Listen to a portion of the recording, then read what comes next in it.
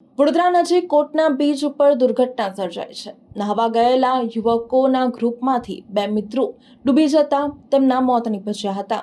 વડોદરા નજીક મહીસાગર ખાતે આવેલા કોટના બીચ ઉપર નહાવા ગયેલા યુવકોના ગ્રુપમાંથી બે મિત્રો ડૂબી જતા મોતને ભેટ્યા છે. મોજ મસ્તી દરમિયાન અચાનક જ બંને યુવાનો ઊંડા પાણીમાં ગરકાવ થઈ ગયા હતા. આ ઘટના બનતા જ સાથે ગયેલા અન્ય મિત્રોએ બૂમબરાડા પાડી મૂક્યા હતા અને સ્થાનિક લોકો એકત્રિત થઈ ગયા હતા. સ્થાનિક તરવૈયાઓ તુરંત જ મદદ માટે દોડી આવ્યા હતા અને ડૂબેલા યુવકોની શોધખોળ હાથ ધરી હતી.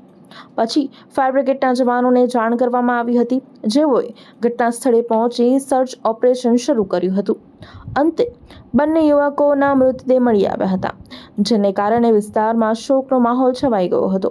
મૃતકોમાં દાંડિયા બજારનો 22 વર્ષીય કૃષ્ણ રાજપૂત અને કારેલીબાગનો 23 વર્ષીય જય જોગલેકરનો સમાવેશ થાય છે.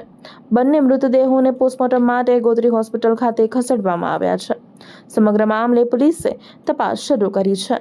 આજે અહીંયા હોસ્પિટલ ખાતે બે જણાને લઈ આવ્યા. ડ્રાઉનિંગના કેસ હતા.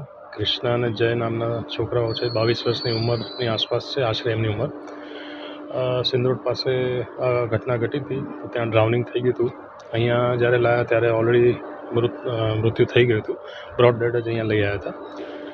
અહીંયા તપાસ્યું, બધું ટ્રાય કર્યું રિસસિટેશનનું. ઇવન રસ્તામાં એમ્બ્યુલન્સમાં 108વાળાએ બી રિસસિટેશનનું ટ્રાય કર્યું, પણ બચાવી ના શક્યા. અને અહીંયા જ્યારે આવ્યો હતો ત્યારે ઓલરેડી ડેથ થઈ ચૂકી હતી.